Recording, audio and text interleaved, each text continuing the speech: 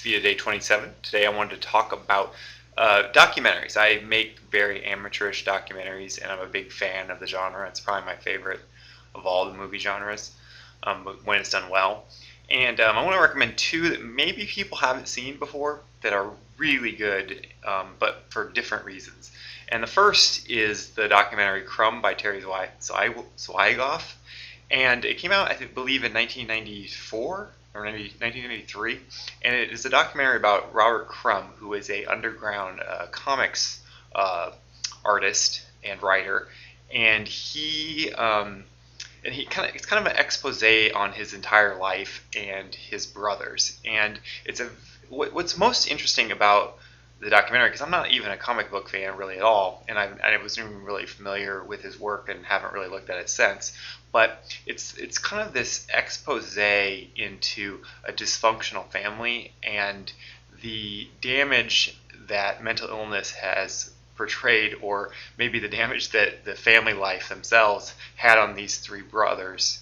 And one is now famous, and the other one is insane and killed himself after the documentary was over. And the other, it lives in San Francisco-ish, but is kind of borderline homeless.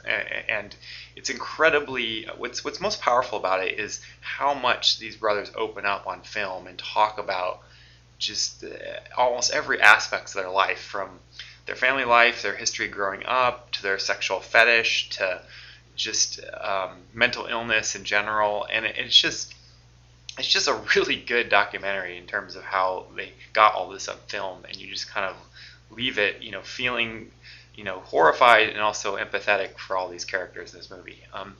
The second recommendation is a documentary that came out in 1995, and it was released on PBS, and it's called Triumph of the Nerds, and it is about the entire early history of the personal computing industry and how it kind of came to be, and kind of who were the movers and shakers, and also kind of who are the unknown people. And a lot of people that had done great things are now poor, and someone else had taken their idea and made money off of it. And it's it's such a dry topic of computing and computers, but the documentary maker does a great job of kind of bringing it to life and making it an entertaining story, and it's all done through interviews. Most of the people are still alive to this day, and even though it came out in 95, it's still very relevant because a lot of these people are still very much in the news, from Bill Gates to Steve Jobs to Ballmer, and then some other lesser known people as well. It's a great documentary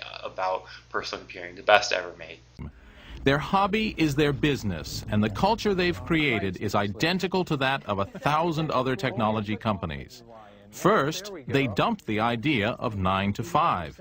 In this industry, you can work any 80 hours per week you like. And then I've got my cap, which I use to cover my eyes and sleep in the early morning while everybody's coming in.